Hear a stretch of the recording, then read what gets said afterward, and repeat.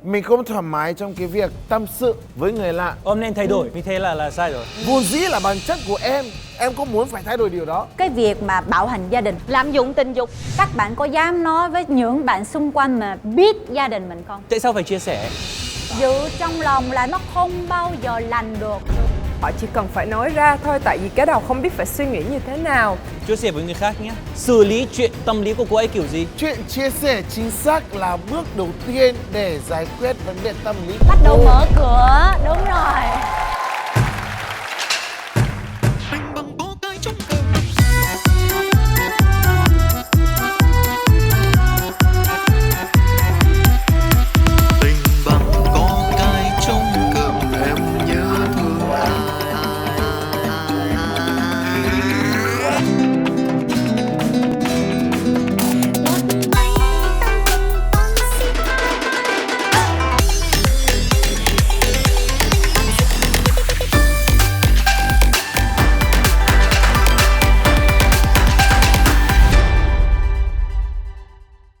Chào mừng quý vị đến với chương trình Nhập Gia Tùy Tục do Đài Truyền hình Việt Nam thực hiện. Ôi, chào em. Chào anh. Xinh quá. Mời em đứng vào đây. Đứng luôn vào đây. Cứ đứng vào đây cạnh anh, đừng sợ. Nhưng mà anh là ai? Tại vì tại vì ba mẹ em luôn luôn nói là em không được đứng kế bên người lạ. Không sao. Trước lạ sau quen. Bây giờ thì anh là lạ nhưng lát nữa thì anh em mình lại quen với nhau. Nhưng mà anh là người lạ thì anh đâu có hiểu được em, và tất nhiên là em cũng sẽ không hiểu được anh, thì làm sao mà hai người mình cùng nhau dẫn chương trình được anh? Thì thế các cụ mới có cái câu là phải tìm hiểu. Có chuyện gì buồn, chuyện gì vui, chuyện gì đau đầu, chuyện gì khó nghĩ, cứ tâm sự với anh. Người lạ ơi, xin hãy cho tôi mừng vợ vai. Đây. Dù đầu gục ngã vì mỏi mệt quá. Vâng. Vai anh vẫn vừa đấy nhỉ? Được không anh? Được. Bình thường vai ở nhà của em là dựa nó có vừa như này không?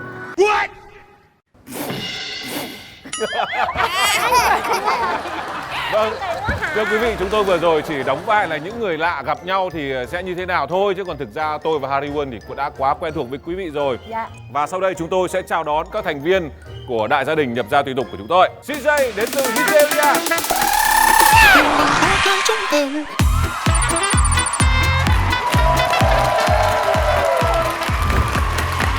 Pikachu đến từ Pháp.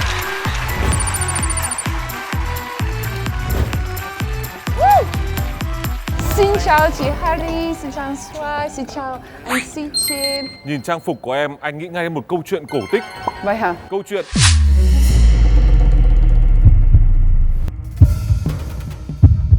ông lão đánh cá và con cá vàng.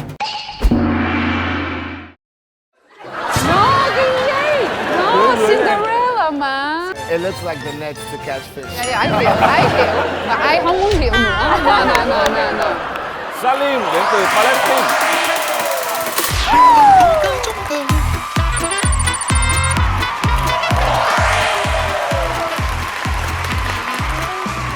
Amber đến từ Anh Quốc.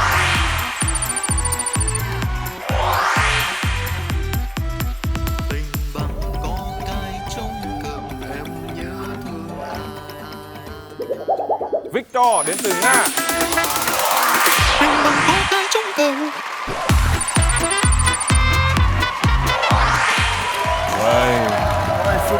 Hello mọi người.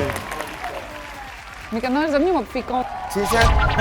Không, cho mình Phi công thật như mà. một phi công luôn á. Anh nghe nào lại tưởng là kinh công. Chưa. Ok, kinh công. Harry sẽ xin giới thiệu một cô gái rất là nho nhỏ và rất là có gì đó rất là đáng yêu. Anh Di đến từ Lào.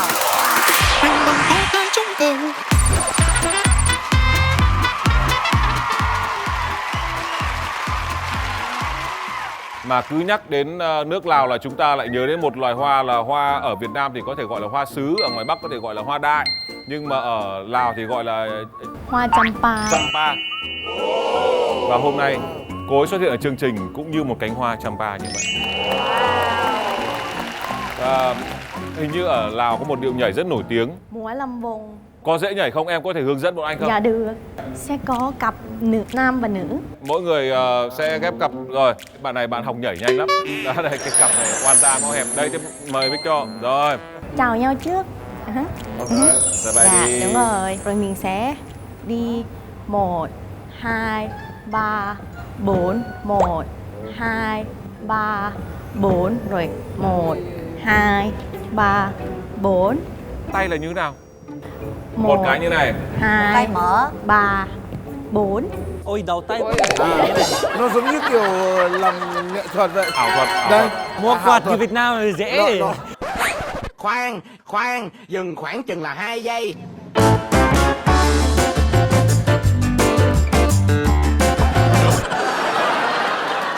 tay xuống phía sau rồi tức.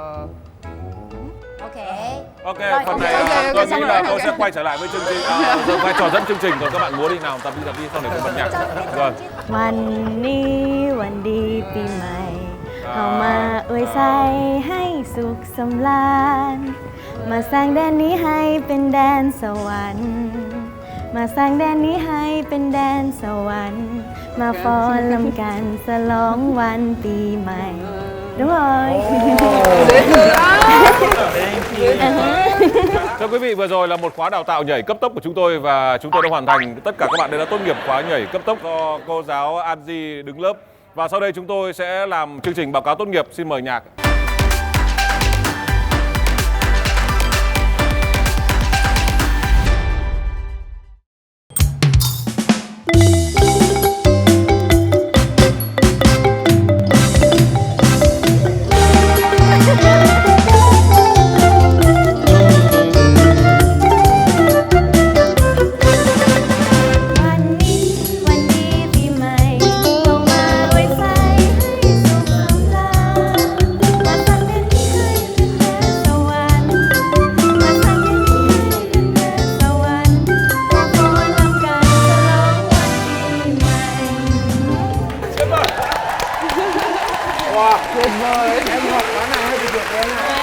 Dưới sự dìu dắt của cô giáo Angie thì toàn bộ học viên không ai nhảy giống cô giáo cả.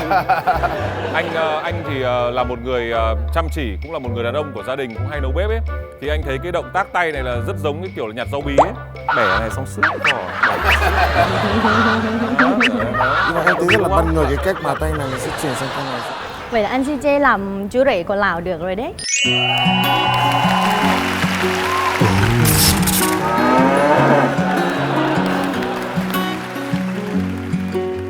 Anh là chú rể Việt Nam rồi.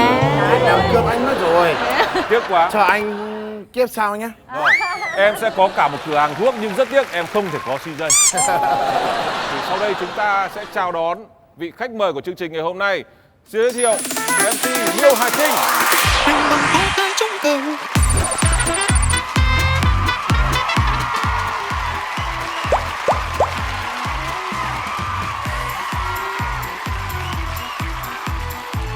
Dạ, em chào anh Say. Chào Harry, chào mọi người. Khi mà có khách mời ra đây thì anh muốn ngay lập tức chúng ta sẽ cùng chơi một game sau đây. Được. Tại sao không? Tất cả các em sau đây sẽ trở về chỗ ngồi. Chỉ còn Liêu Hà Trinh ở đây thôi. Thưa quý vị, trên tay của tôi là đề thi của chương trình. Liêu Hà Trinh sẽ giúp tôi, cô ấy rất giỏi trong văn thơ, cô ấy giỏi dẫn chương trình, nhưng hôm nay cô ấy buộc lòng phải thi đấu ở một cái sở đoản cô ấy, đó là cô ấy không được nói. Dạ. Em hãy miêu tả cho các bạn ấy về đồ vật này hay là cái gì đấy ở đây. Em có được bật mí cái Em gì không liên được quan? nói gì cả, em chỉ được nói bằng tay thôi. Cứ ra tiếng là không được. Đấy, chúng tôi chơi cái này với ác của MC chứ lại MC nói thì đơn giản rồi. Không được nói là mình ăn nó mỗi ngày luôn hả? Không. Không được nói gì cả. Con nhện. Con nhện. Con cua. Con Đây là hải sản. Sao lại đơn giản thế à? Em thấy đơn giản muốn chết. Cái này không được. Từ từ anh nghĩ là anh bị lộ đề thì nhiều khả năng Pikachu nó nhìn thấy rồi. Cái này được, cái này được, cái này được, cái này được. Rồi, xin mời Liêu Hà Trinh. Một cụ ông đau lưng. Một người già. Người ta đau lưng quá. Đau lưng. Anh xoay đau lưng. Anh Đau xoay lưng quá, đau đi lưng. bệnh viện, đi bệnh viện. Con lạc đà. Con bèo. Con lạc đà. Gà. Con voi. Con gì? Con voi. Người ta đau lưng quá. Đau lưng.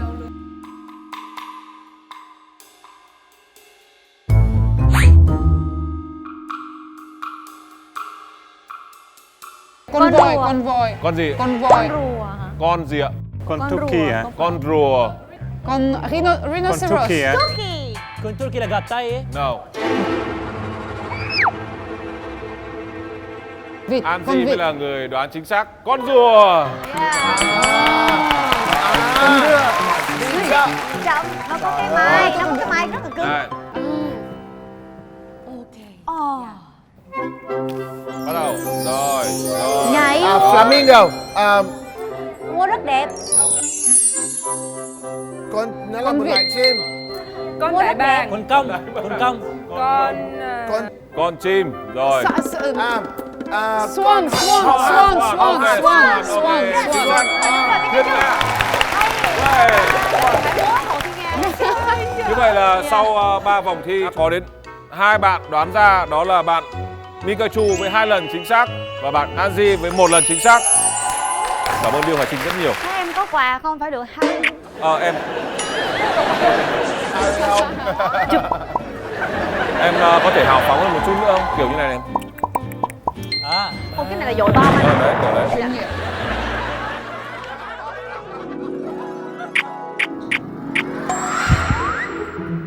Ủa.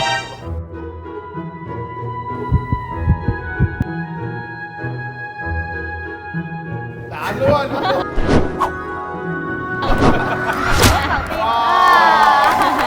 Chả có được nhau. Đây, đây, đây, đây.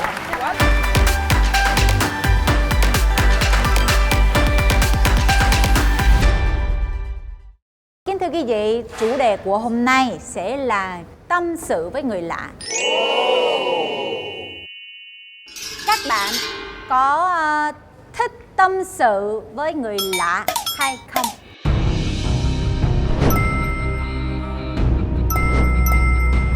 Một ông không, 2 ông không.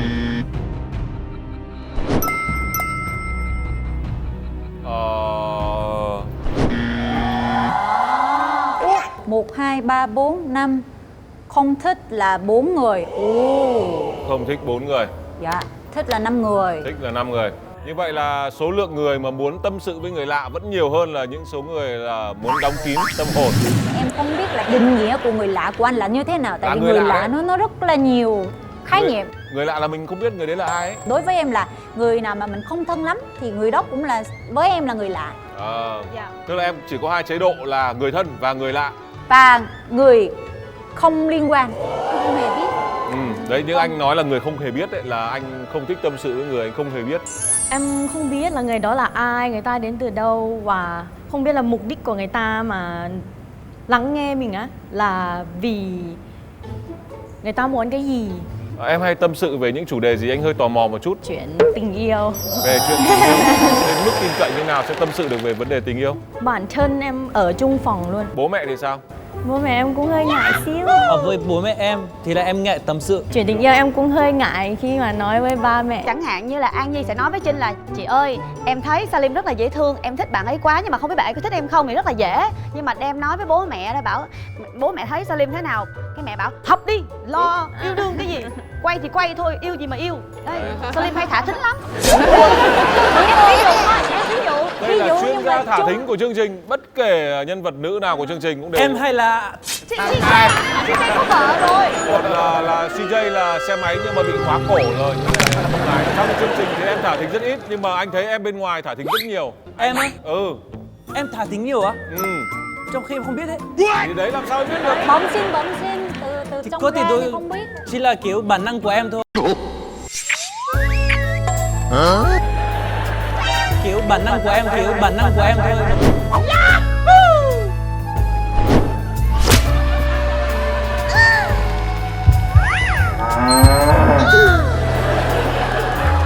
Tôi mà không em không biết là em thả thính thật đấy. Không, cái đó tốt mà, mình giàu tình cảm thì Đúng mình rồi. chia sẻ cho mọi người thôi, đúng rồi. không? Hóa ra thế à? Đấy. Thế là mọi người nhận xét với em là em hay thả thính đúng không? Không phải mọi người mà là anh. Em từng chia sẻ rồi là em là người sống nội tâm. Ở nhà thì em cực kỳ ít khi chia sẻ, kể cả với những người thân. Nhưng mà sẽ đến những lúc mà trong lòng của em nó bị quá nhiều nỗi buồn. Đến lúc mà em bật ra thì em bật ra quá nhiều cảm xúc, em khóc rất nhiều. Có khi tới 1 tiếng. Nhiều nước mắt đấy nhỉ? Em không có nhiều. Những người mà em chia sẻ mà thực sự lắng nghe Người lạ giống như là gừng, giống như mình sẽ một phần về tính cách của mình. Bà ngoại của em đã dạy cho mẹ và mẹ cũng dạy cho em là phải suy nghĩ người lạ là tốt, không phải sợ về người lạ. Và đây là một cái điều Mika rất là cảm ơn mẹ, bởi vì Mika không bao giờ mắc cỡ để bắt đầu nói chuyện với người lạ. Và Mika chưa xong. Mình biết là ok đây là người lạ, nhưng mà mình có một cái lúc đặc biệt mình connect với nhau, mình hiểu ok đây là một người như vậy thì mình sẽ tâm sự với nhau. CJ vốn dĩ là một người như vậy. Mình không thoải mái trong cái việc tâm sự với người lạ. Đến cả vợ mình có những cái chuyện mà mình không nói chuyện với vợ mình. Ông nên thay đổi, nên thay đổi, mình thấy là sai rồi. Mọi người thấy mình ở trong chương trình mình chia sẻ rất là nhiều. Nhưng mà nó sẽ có những cái câu chuyện mà giả sử hôm nay em gặp một cái vấn đề gì đó ở công ty của em, hoặc là trong lòng của em đang có những cái suy nghĩ gì đó, thì em sẽ tự xem cách để giải quyết. Đấy không phải là em muốn, vốn dĩ là bản chất của em không muốn phải thay đổi điều đó. Victor muốn cảm ơn cho người lạ. Ở lúc 16 tuổi, Victor bắt đầu sinh sống riêng và người lạ là giúp mình nhiều hơn. Mình bắt đầu nói chuyện, người lạ không biết mình không biết họ, nhưng mà họ xin việc cho mình. Sau đó là mình bắt đầu nói chuyện với trường đại học. Cô giáo, thầy và tất cả là người lạ. Nhưng mà lúc đó là nếu mà mình không có mở về người lạ, là bây giờ là mình không có đi ra ngoài thành phố nhỏ nhỏ, mình sinh sống ở thành phố 250.000 người thôi. Hồi nhỏ đó là lúc mà học ở trong trường á, rất là mập, đeo mắt kiếng với lại đầy mụn hết, cho nên không có bạn nhiều, bị bully dữ lắm, cho nên cứ cảm thấy là cái cô đơn này nè. Thì nếu mà mình cứ ôm ấp ở trong người mình hoài cái cô đơn này thì nó sẽ gây thành những cái bệnh tâm lý khác khi mà mình lớn hơn. Nguyên một thế giới này rất là nhiều người lạ, nhưng mà nhiều khi mình gặp một con người hay là một cặp đôi hay là gì đó mà mình cảm thấy cái này có gì special. Nó giống có như một là cái connection. cái radio mà nó cùng tần số. Đúng rồi, tự nhiên mình nghe bắt được sống. Đúng rồi, nó là vậy á. Bắt được sống là mình trải lòng. Tại có người đó không hề biết mình là ai, cho nên họ sẽ không đánh giá mình, hay là họ sẽ không ra cái đây biểu cho làm như thế này nè, phải là ABCD gì đó. Và để không mà nói sau lưng nữa. Đúng rồi, không họ mách chỉ mẹ mình hoàn nữa. toàn như là CJ nói, họ chỉ mở lỗ tai và họ chỉ có lắng nghe. Và cái này vô cùng hiếm nha các bạn. Những cái việc mà bạo hành gia đình, Lạm dụng tình dục. các bạn có dám nói với những bạn xung quanh mà biết gia đình mình không? Đó là một cái chuyện rất là nhạy cảm. Nhạy Chứ cảm gì rất khủng nhạy khiếp. cảm, cho nên không dám nói với những người xung quanh. Tại Thì vì tại nếu sao mà phải nói chia sẻ? giữ trong lòng là nó không bao giờ lành được. Cái vết thương đó phải nói. Mình đang đi học lớp mình lớp 6 đi, thì có một cái chú đó, chú bảo, chú chạy xe kế bên vậy nè, chú bảo bé ơi, cái này chuyện thật của Trinh luôn nha, nói bé ơi, bé có phải là bạn của Trang không? Bây giờ bé vô trong cái hẻm này, Trang kiếm bé nè. Thế mình rất là ngây thơ, mình bảo là đúng rồi, nên là mình đi theo cái chú đó. Thì khi mà mình đi theo chú đó vào trong hẻm á, thì chú bảo là để chú kêu Trang ra, con ngồi lên xe của chú đi. Thì mình cũng rất là ngây thơ, mình ngồi lên cái xe đi. Thì chú bắt đầu chú rờ, chú nói để chú chỉnh lại cái xe coi cái xe bị cái gì đó.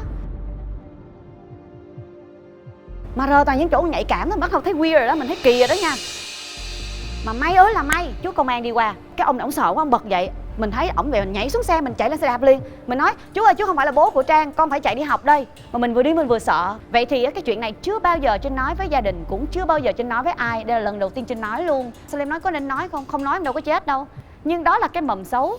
Nếu như Trinh không nói thì nó là một gì đó trong ký ức của Trinh, nó rất là đau. Khi mà có một số người đàn ông mà nghĩ rằng tôi thích làm gì cũng được bởi vì tôi biết rằng là cô này sẽ không nói cho ai biết, đó mới là vấn đề lớn nhất của xã hội của chúng ta. Bài học ở chỗ nào để mà đi chia sẻ với người khác ấy? Người nào mà chưa được 18 tuổi, mà cho dù là hơn 18 tuổi cũng nhiều người cũng hoang mang là không biết phải xử lý cái việc đó như thế nào.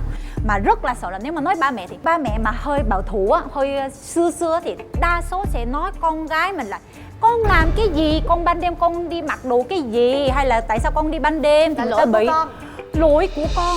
Giống như là bạn đi ra ngoài, ai giật đồ bạn thì người ta nói là tại sao em không cẩn thận. Harry rất ghét câu nói đó. Tại sao người ta không chửi người ăn cướp, mà là tại sao là người ta chửi cái người bị là tại sao em không cẩn thận. Và những cái chuyện đó nha, các bạn nói với ba mẹ sợ là ba mẹ la mình. Đúng rồi, mà Con nít thậm cái chí tâm lý là nó sẽ rất là xấu sợ. hổ. Làm Xấu sao nói hổ. được với bạn bè. Không nói được Đúng với rồi, bạn bè, nói tại bạn vì bè sợ. nói cả lớp luôn. Dạ, sợ nói bạn bè nói là ok mình sẽ không chia sẻ, nhưng đôi khi nó nói với mẹ nói với những bạn khác là rất là mệt mỏi. Thực sự có những người mà không thể vượt qua được. Và đã có rất nhiều người phụ nữ, rất nhiều người đàn ông đã tự tử vì cái vấn đề này rồi. Đúng rồi. Biết đâu là cái câu chuyện mình chúng ta là mang đến người ta là người ta mang cái câu chuyện đó là cho người thân của mình thì sao? Rất nhiều người không vượt qua được cái chuyện đó thì phải có người xung quanh phải khích đẩy. Thật sự là họ chỉ cần phải nói ra thôi, tại vì cái đầu không biết phải suy nghĩ như thế nào. Không phải là tại vì mình cần có một cái ý kiến hay là một cái advice có thể giải quyết cái vấn đề của mình là như thế nào. Nhiều khi á, mình không biết là mình suy nghĩ cái gì đến khi mà mình nói nó ra. Cô ấy chia sẻ với người khác nhé. Xử lý chuyện tâm lý của cô ấy kiểu gì? Cái chuyện chia sẻ chính xác là bước đầu tiên để giải quyết vấn đề tâm lý của Bắt đầu cô. mở cửa, đúng rồi. Có những người mà chia sẻ chỉ đơn giản là bởi vì tôi quá buồn, tôi quá đau trong lòng, tôi không biết phải làm sao. Và phải chia sẻ.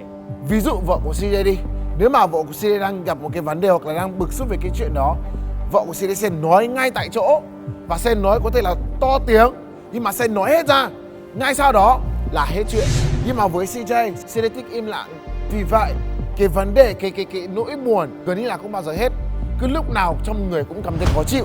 Bản thân Salim khi mà nói một cái gì nó phải chắc chắn thì phải một là trải nghiệm thực tế hoặc trải nghiệm thực tế của một người bạn đã từng chia sẻ với mình. Bởi vậy Harry mới nói, tại vì Harry cũng rất là quan tâm đến những cái vụ đó rất là nhiều. Và Harry cũng có những bạn bị thật ra bị sợ đó, bị sợ hay là cái gì đó. Bản thân Harry bị cả chục lần. Harry bị rất nhiều lần, tới mức độ mà nhiều người nói là tại sao Harry bị hoài vậy? Mà mình cũng không hiểu tại sao lại mình bị hoài. Mà lớp 5 là đầu tiên mình đã thấy biến thái đầu tiên trong cuộc đời mình. Là mình rất là gặp những cái trường hợp thường xuyên mà mình không bao giờ nói cho ba mẹ biết cái chuyện đó. Tại vì mình sợ là ba mẹ sẽ nói là con làm gì mà Hoặc bị là sẽ như làm vậy. to chuyện lên với cái kẻ kia. Dạ, và sẽ nói là tại sao con, bởi vậy con đừng có đi ra ngoài. Thì cuối cùng kiểu gì cũng là mình là người bị thiệt thòi. Và nói với bạn cũng không dám nói, tại vì mình sẽ mắc cỡ, mình không dám nói. Và Harry cũng đã tâm sự với những người lạ mà liên quan tới những cái chuyên môn đó. Và mấy người đã nói luôn là giết linh hồn của người đó hết cuộc đời.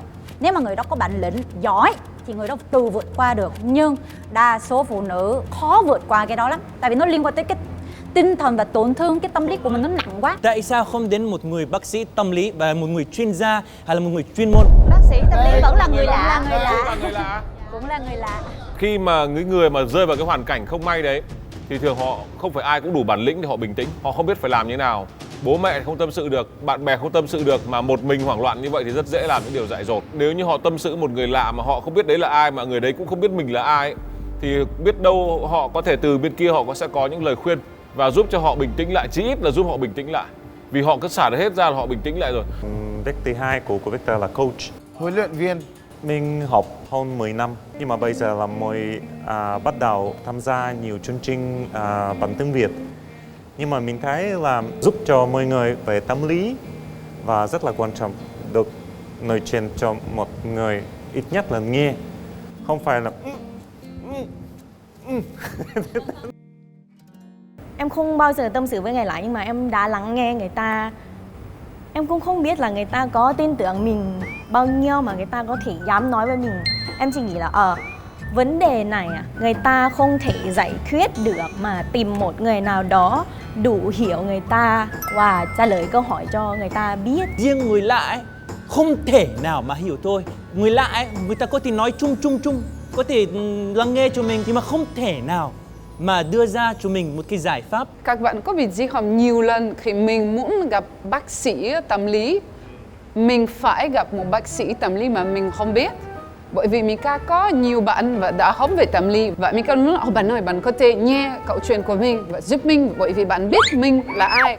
Nhưng mà các bạn đó luôn luôn nói là không, em phải đi gặp một người lạ, không biết em là ai, không biết về quá khứ của em, phải có cái objectivity. Người ngoài luôn luôn nói những cái gì mà khách quan và để cho mình một cái định hướng mà mình không bao giờ nghĩ tới. Mình không có tin người lạ thì làm sao mình có những cái mối thâm giao sau này. Mình phải lắng nghe hết tất cả mọi người mới biết là họ có những cái nỗi khổ, họ có những cái cái trăn trở của họ, mà từ cái trăn trở nhỏ đó biết đâu á mình sẽ gỡ được cái vấn đề của mình nữa. Em không biết tại sao em nghĩ là cả một cái người của em đều toát ra một cái năng lượng, đó là năng lượng của thùng rác cảm xúc. Xem nào, anh cảm nhận xem nào. Là tự nhiên ai nhìn em là cũng muốn xả vô á, hoặc là mình mở cái Facebook mình ra á, thì mình thấy là mọi người gửi tin nhắn cho mình là chị à, em có một cái chuyện này em không muốn nói với ai, em giấu kín từ lâu lắm rồi, nhưng em muốn kể cho chị nghe. Em không cần lời khuyên nhưng em chỉ muốn chị nghe thôi. Thế là có rất nhiều lá thư như vậy mỗi ngày, và em có cảm nhận rằng người ấy xem em là một nơi để tin. Thế thì em mới quyết định là em làm một số những cái chương trình tâm sự. Và thông qua những chương trình tâm sự đó em thấy cái thư còn nhiều hơn. Và những cái bình luận ở dưới làm cho em cảm thấy rất là hạnh phúc. Các bạn nói là giá như là tôi biết những cái lời này sớm hơn thì tôi đã không chọn cái đáp án đó. Thì em nhận ra một khái niệm của sự tâm sự đó là sự chữa lành. Có nghĩa là dù anh tin hay không tin, anh vẫn muốn là anh bị thương thì anh cần phải được chữa lành. Anh cần phải được có người nào đó giúp anh nói ra mọi chuyện sẽ ổn thôi. Có rất nhiều người chỉ muốn có nhu cầu được nói câu chuyện trong lòng họ đang có cho một người không biết đấy là ai, cũng không biết người đấy là ở đâu như thế nào. Chúng ta sẽ vote. Vậy thì có phải là người lạ sẽ không thể làm ta tổn thương như người thân? Đồng ý hay không đồng ý? Không đồng ý. Không đồng ý. Tâm sự với người lạ là vì người lạ sẽ không thể làm ta tổn thương.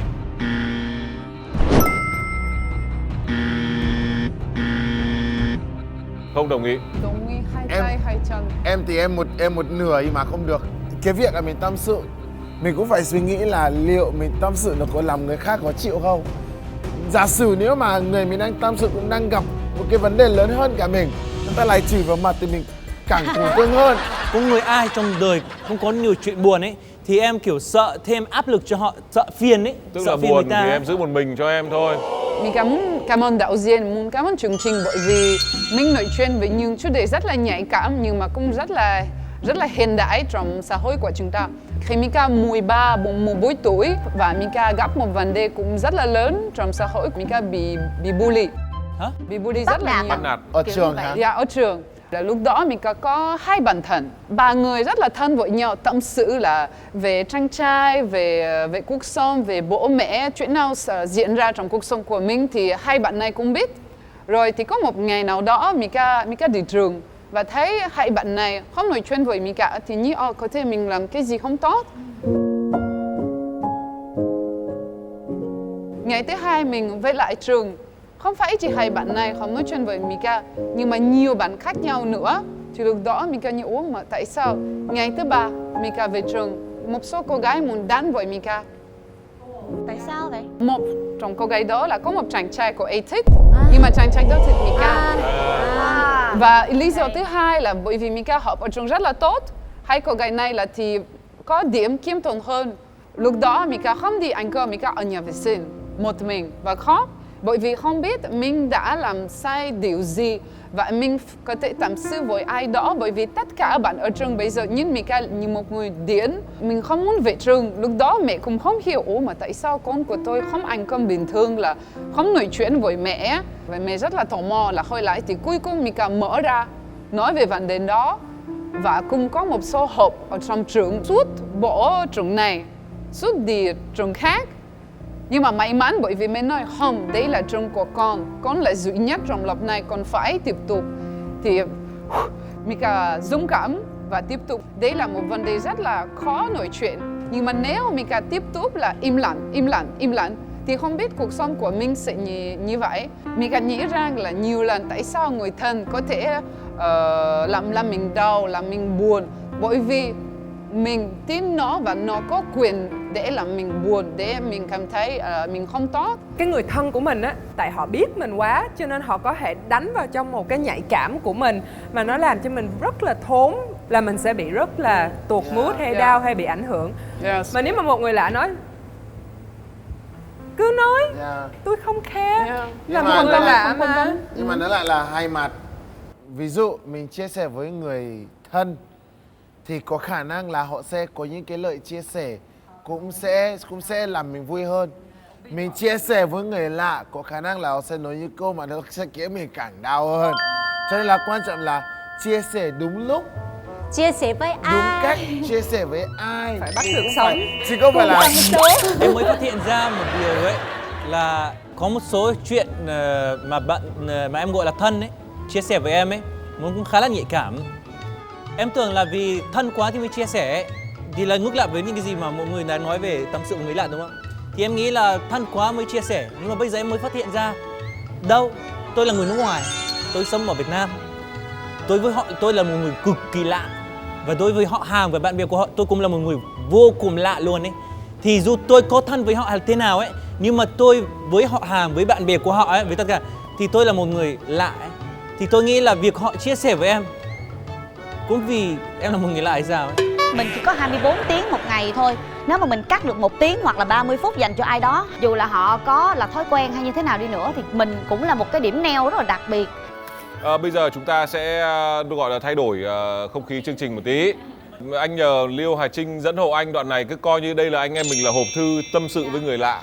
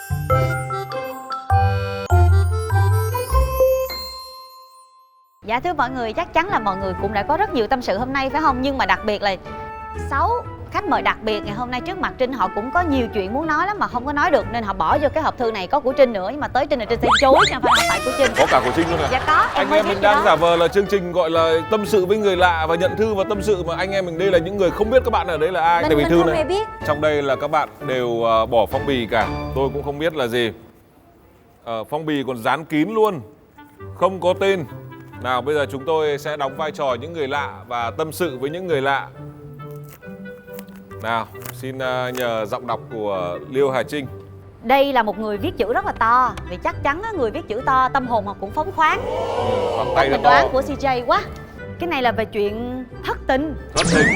Về chuyện tình yêu. Và một bạn thính giả đã gửi cho chúng tôi một bức thư, và sau đây chúng tôi sẽ cùng đọc bức thư này. Xin mời quý vị chúng ta cùng lắng nghe. Nhớ dựng cho em miếng nhạc nhẹ nhẹ. Dạ. Piano. Kiss the Rain này nọ. Kiss the Rain, ok. Lúc đó em còn nhỏ, em bị thất tình lần đầu, cho nên đã cảm thấy rất là cô đơn và lạc lối. Trong thời gian này, em đã đi chơi rất nhiều, uống thật say. Và có một lần đã ngồi chung với một anh này, người lạ, để trò chuyện. Anh ấy chỉ có ngồi lắng nghe, rất là kiên nhẫn. Và vì anh ấy là một người hoàn toàn lạ, cho nên mình có thể trải lòng một cách thoải mái, không bị ảnh hưởng phân tâm. Vì sợ mình bị đánh giá hay sợ bị khuyên bảo cách giải quyết vấn đề này như thế nào. Nhiều khi mình buồn hay có chuyện cần phải xả ra, thì mình chỉ cần một con người đó hoàn toàn không liên quan gì đến hoàn cảnh và cuộc sống của mình, dành những giây phút cho mình là tâm trạng sẽ tốt lên, thoải mái hơn. Hết. Dạ. Bạn thính giả thân mến, rất cảm ơn bạn đã viết thư cho chương trình của chúng tôi. Và xin thay mặt chương trình chúng tôi nói rằng là những điều bạn viết vừa rồi hoàn toàn đúng ạ. Vâng, xin cảm ơn. Viết thế thì còn tư vấn những gì nữa? Vậy là đây là người ta chỉ muốn lắng mình nghe tư thôi vấn ít ra rồi. Bây giờ em có nên tâm sự với cái anh đấy không? Anh hay đây là đưa như cho thế em nào nè, không? phải như thế này nè. Mình rất hiểu tâm trạng của bạn, nên ngay bây giờ mình xin mời Harry sẽ hát bài Người Lạ Ơi tặng cho bạn. Đúng không Harry? Để vỗ về tấm lòng của bạn. Người lạ ơi, xin cho tôi mượn nụ hôn. Đó, như kiểu như vậy. Cảm ơn bạn đã gửi về cho chương trình. Tôi xin phép được đọc bức thư này. Một bạn thính giả đã gửi về cho chương trình. Bức thư tôi xin đọc được đúng chính tả. Áp lực gạch đi. Áp lực. Dễ thương, dễ thương. Mình là một người có cách sống rất là đơn giản, nhưng nhiều khi mà mình đang làm một việc nào đó mình cảm thấy rất là áp lực. Mình sợ không làm được những điều mình mong muốn, mà là mình còn không dám nói và chia sẻ với người khác, bởi vì mình sợ bị người khác đánh giá, và tới bây giờ mình cũng chưa biết sẽ phải làm thế nào với điều này. Và xin mời chuyên gia tư vấn Liêu Hà Trinh. Xin mời. Đúng rồi, đúng rồi. Hôm nay vai quan trọng lắm. Lần này phải cho em một tí nhạc cũng thật buồn bã. Lại nhạc buồn, nhạc nó sao lại buồn bã? Em muốn đồng cảm với bạn, em thấy nỗi buồn thì dễ đồng cảm hơn. Ừ. Nếu mà nói theo kiểu văn vẽ thì em bảo là: bạn thân yêu của tôi ơi, kim cương nằm ở dưới đất 1000 năm, chắc chắn là phải tạo rất nhiều áp lực. Cuộc sống này cay đắng lắm. Chỉ cần kim cương chịu được áp lực đó, sau này kim cương lớn lên, kim cương sẽ có người tìm được, tin tuyển kim cương, già giũa kim cương, bạn sẽ tỏa sáng một ngày nào đó thôi. Bạn đừng cảm thấy áp lực nha. Áp lực làm cho bạn sẽ trưởng thành và càng sáng hơn nữa. Hỡi người bạn đang ngồi và viết thư của tôi ơi, cố lên. Hay quá. Rất là hiệu quả. CJ cũng chỉ có một vài điều mà CJ có thể nói tới người bạn đó. Cho những trường hợp mà bạn đang cảm thấy áp lực thì bạn hãy tìm một cái gì đó trong cuộc sống của bạn mà bạn cảm thấy mỗi lần bạn làm điều đó bạn sẽ cảm thấy nhẹ lòng. Từ bé là CJ đã rất là mong chờ những ngày mà CJ sẽ biết đánh một cái nhạc cụ gì đó. Covid CJ có rất là nhiều thời gian rảnh thì CJ đã bỏ thời gian để học guitar. Bây giờ cứ lần nào mà CJ cảm thấy vui, CJ đánh guitar. Cảm thấy buồn, đánh guitar. Cảm thấy bế tắc, đánh guitar. Và ngay sau khi mình đánh xong, mình lại cảm thấy có một cái gì đó nó vui vẻ. Bởi vì cái đánh guitar là một thứ mà mình nghĩ là mình không bao giờ biết làm được. Và mình đã học được trong vòng 11 buổi. Điều gì bạn cũng có thể làm được hết. Hôm sau sẽ nhận được thư của cây đàn guitar của CJ viết: gửi chương trình, em là cây đàn guitar của CJ. CJ bị cuộc đời đánh, CJ lại về đánh em. Cứ lần nào cũng vậy, bây giờ em làm thế nào để thoát khỏi cảnh này đây? Riêng trường hợp này thì anh khuyên chân thành là nên nuôi một con chó, nuôi một con mèo. Nhớ cái thời kỳ anh cũng rơi vào trạng thái giống bạn này, không tâm sự được với ai. Rất may thì anh có một con chó, thì anh rất hay ngồi tâm sự với nó. Thì nói được cái là nó cứ ngồi yên nó nghe thôi. Nó cũng không biết nói lại tiếng người, cứ ngồi tâm sự với nó hết những nỗi buồn. Thế thôi, nó cũng chả phán xét gì anh cả. Nó vẫn có thể liếm tay mình, ý bảo là không sao mà. Bức thư tiếp theo xin mời Harry Won. Đến lượt em phải tư vấn rồi. Không ngờ ai cũng lạc quan như thế, giỏi giang như thế mà lại có nhiều tâm sự bí mật. Đôi lúc tôi cảm thấy tôi rất buồn, rất cô đơn. Đúng là có nhiều người quen tới, nhưng tôi lại chỉ thân với một số người thôi. Cũng khôn dễ để tiết lộ bí mật với người lạ hay người bạn thân. Bước ra khỏi nhà tôi là một người thân thiện, vui vẻ, nhưng lúc tôi về tôi như một đứa trẻ nhớ đến mẹ. Đôi lúc tôi khóc nhớ mẹ. Nhiều bạn tìm đến tôi để được sự an ủi, động viên, lời khuyên, nhưng hiếm khi tôi tìm đến ai. Tôi khó tin người. Rất nhiều người có thể tìm đến bạn để tâm sự, nhưng mà chính bạn thì không tìm được ai để tâm sự cả. Bạn phải mở lòng, cởi lòng nhiều hơn. Tại vì bạn chưa làm thử. Bạn làm thử đi, cũng có thể là vấp ngã, cũng có thể là mình chọn sai người, nhưng đôi lúc mình sẽ chọn đúng người. Và nếu mình chọn đúng người, mình sẽ hiểu được là vậy là cái tần số của mình là dạng những người như thế nào. Mình sẽ dễ kiếm ra những người mà cho là bạn của mình. Có một cái giây phút á, mình cũng cảm nhận giống như vậy. Nhưng mà lúc đó thì mình có một cái bài thiền rất là hay. Đó là tự nhiên mình nhắm mắt lại thì cái giọng nói dẫn dắt mình là: bạn hãy tự ôm lấy mình đi. Và bạn hãy cảm nhận là bạn đang ôm cái người mà bạn yêu nhất. Có thể là mẹ của bạn, cũng có thể là người bạn lâu quá không gặp. Thì lúc đó mình có cảm giác rằng là đứa trẻ ở trong mình nó trỗi dậy và nó được yêu thương. Có thể không ai hiểu mình cả, mà mình cũng chả có nhu cầu có ai hiểu mình cả. Vì mình còn không hiểu mình, làm sao mà mình có thể ép người ta hiểu mình được. Nhưng cái khoảnh khắc mà mình ôm thì mình cảm nhận được mình kết nối lại với người đó bằng một cái tần số đặc biệt nào đó, là mẹ cũng ôm mình mà. Thì em tin là nếu mà mình làm như vậy thì vũ trụ sẽ gửi cái ôm đó cho người đó, và người đó cũng gửi lại một cái thiện chí cho mình. Cái ôm này là mình cho chính mình và cho cái người mẹ của mình, nó rất là ấm áp. Tôi có một người bạn đã 3 năm rồi. Tôi đã nghĩ đây là một người bạn rất tốt của tôi, nhưng mấy tuần trước có 3-4 người bạn quen nói báo tôi bạn này nói nhiều thứ xấu về mình. Tôi không nói về vấn đề này với người đó, tôi chỉ không nói chuyện nữa với bạn đó. Nhưng sắp tới tôi có một sự kiện và người đó cũng tham gia sự kiện đó, thì theo các bạn tôi nên làm gì? Nói thẳng hay là diễn như tôi không biết? Cái này khó quá, đau lòng quá, khó lắm luôn. Không có gì cả, cái này quan điểm của anh cũng đồng ý với lại Amber. Thứ nhất là 3-4 người bạn kia nói cho mình cũng không phải là người kia trực tiếp nói với mình. Nên về mặt nào đấy cái thông tin đấy mình cũng chưa thể xác định được là nó có chính xác hay không, nhưng nên nói thẳng. Nhưng nếu nhỡ người ta không nói xấu mình thì sao? Biết đâu người ta không nói xấu mà do người khác. Đã từng có rất nhiều người đến nói với em là có người nói xấu về Salim chẳng hạn đấy. Nhưng mà mối quan hệ giữa tôi và người ta vẫn tốt đẹp. Gặp người ta, làm việc với người ta, nói chuyện với người ta vẫn ok. Đấy, người ta nói xấu đằng sau mình thì sao? Trong cái văn hóa của Salim, những người chuyển lời, tức là những người truyền lời tiêu cực ấy, chính là gọi là cái ma quỷ. Và họ sẽ phải bị đánh giá rất thấp. Bởi vì người ta nói xấu, tôi đâu có nghe. Chính những người này là đã hại tôi chứ không phải là họ ấy. Họ có nói cho người này là đi truyền lời không? Nếu như mà mục đích của họ là như vậy thì ok, họ xấu. Còn nếu như họ chỉ nói tâm sự hay là chia sẻ là có một cái điểm xấu nào đó của anh ta thì mình kể ra trong cuộc nói chuyện ấy. Bất cứ ai trong chúng ta đều có điểm tích cực và tiêu cực ấy. Và bản thân chúng ta không bao giờ ai nhận mình là người xấu cả. Chúng ta hãy nhìn vào mắt tích cực của người đối diện. Và nếu như mà người ta không có bất cứ cái gì tích cực cả, hãy tạo ra một cái phần tích cực cho người ta để chúng ta sống một cách an lành chứ. Trong kinh nghiệm hơn 40 năm sống trong cuộc đời này của anh thì anh thấy rằng là cái gì thì cái có thể lập lờ, nhưng riêng trong các mối quan hệ, cái sự lập lờ là việc cực kỳ khó chịu. Nếu trong trường hợp nghi ngờ nó nói xấu mình ấy, em đừng có ấm ức, em đừng giữ trong lòng rồi gặp cứ phải thảo mai giả vờ là vẫn tốt. Rồi bây giờ anh sẽ nói chốt một câu. Hết rồi đây à? Hả? Hết rồi đây à? Thôi làm thế thôi, hết rồi. Chị Tây muốn xem thêm. Cảm ơn em các chuyện ơi. Em không thấy bài thư của em nó được đọc ra.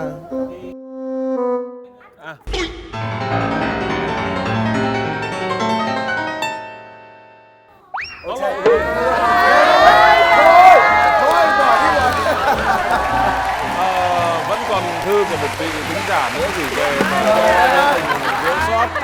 Tôi đã quên chưa đọc. Tôi cũng không biết thư này là của ai. Dạ không hề biết. Không hề biết, tôi không hề biết đâu. Dạ. Nên là... Đổ lên nhá. Ôi chữ đẹp quá. Tôi nhìn nét này rất là quen. Thôi anh cho Trinh đọc đi ạ. Cho mềm mại hơn đúng không? Dạ, để không thái độ đúng không? Vào một ngày đẹp trời tháng 7 năm 2012, chàng này đến với vùng đất không hề quen một ai. Lòng còn bối rối, choáng ngợp, buồn nhớ đất quê ta. Ôi, viết văn hay đấy nhờ. Không biết bao giờ sẽ về quê hương có mẹ có cha. Cha thì buồn âu lo, mẹ thì sợ mất con, chỉ biết nói lời cầu nguyện ông trời hãy phù hộ cho con. Ai cũng nhớ, nhưng đây là nơi ta chọn để trưởng thành, nuôi dưỡng ước mơ. Vài năm đã trôi qua rồi, chàng cũng đã lớn rồi. Chàng hãy nhớ, dù đi nơi xa xôi, uống nước, nhớ nguồn, dù thành công đến mức nào nữa, quê hương, cha mẹ luôn chờ chàng về. Chúng ta vừa thấy một phần rất là đáng yêu và yếu mềm của CJ. Chàng trai mà ngay từ đầu là dơ màu đỏ, không chia sẻ với người lạ. Và anh thực ra bức thư này, ngoài chuyện cảm xúc của em ra, anh muốn chúc mừng em một việc. Đó là lần đầu tiên em làm chuyện đấy. Chia sẻ. Lần đầu tiên em chia sẻ với người lạ. CJ giỏi văn thật ý, viết rất là tình cảm và miêu tả có vần có điệu nha, nhất là uống nước nhớ nguồn, đi nơi xa xôi. Quê ta nữa, miền đất quê ta nữa. Trông xù xì thế mà văn hay phết đấy. Cũng được. Lãng mạn quá, chữ hơi xấu tí thôi. Ok.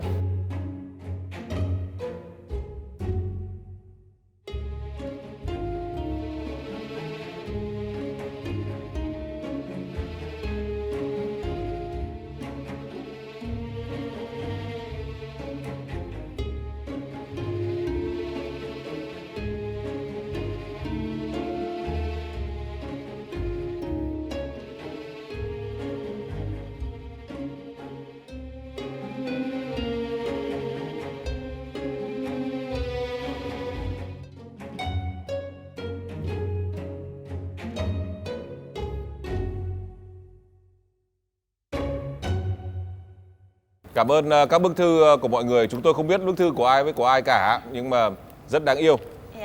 Thưa quý vị, cái này là khoa học nghiêm chỉnh chứ không phải là khoa học của giáo sư Xoay. Đã tổng kết rằng sự cô đơn giết chết con người ta mạnh mẽ nhất. Do vậy, sự cô đơn là điều thực sự nguy hại. Nếu ai đó đang cô đơn thì hãy tìm cách chia sẻ. Nếu bạn có thể tin tưởng người thân, hãy chia sẻ với người thân. Hoặc nếu cảm thấy không muốn chia sẻ với người thân thì cũng đừng ngại chia sẻ với người lạ. Nhưng hãy chọn một cách thật là an toàn và phù hợp. Và quan trọng nhất, cái sự chia sẻ đấy không phải để tìm ra những lời khuyên ngay, mà chỉ đơn giản là được chia sẻ đã là một điều rất quan trọng với chúng ta để giúp chúng ta thoát khỏi cô đơn. Và khi thoát khỏi cô đơn thì chúng ta sẽ có đủ sáng suốt để vượt qua những khó khăn của bản thân mình. Đấy là điều mà chúng tôi mong muốn gửi đến quý vị. Hãy nhớ đừng bao giờ để mình rơi vào trạng thái cô đơn quá lâu.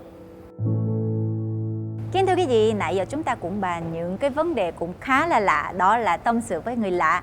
Thì hôm nay Harry cũng phải xin gửi lời cảm ơn Lưu Hà Trinh đã đến với chương trình.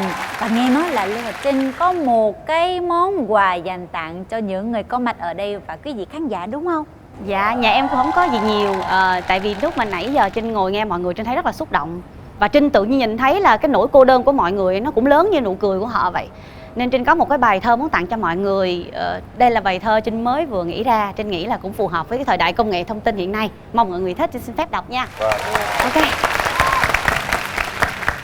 Trong thế giới quẹt trái và quẹt phải, quẹt đường nào để đến thẳng tim nhau. Trong thế giới chỉ quan tâm lời lãi, người lại nào cho ta biết phép màu. Tôi lạc lõng trong ngàn muôn cú click của story và tim thả mỗi ngày. Tôi đi mãi không bao giờ về đích, nên đến giờ vẫn thấy mắt cay cay.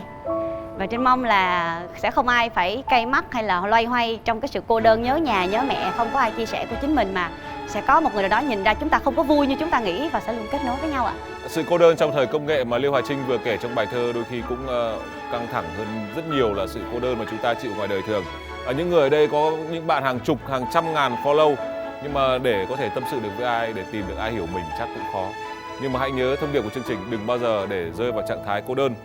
Thưa quý vị, chương trình Nhập Dao Tình Dục của chúng tôi đến đây xin phép được khép lại, và chương trình do Đài Truyền hình Việt Nam thực hiện.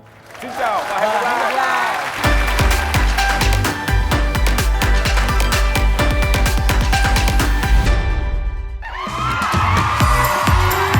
Lại Salim, lại điệu nhảy của Salim.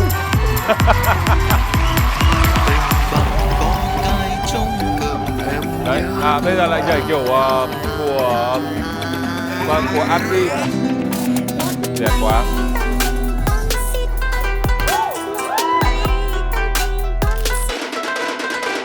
Đôi bạn thân.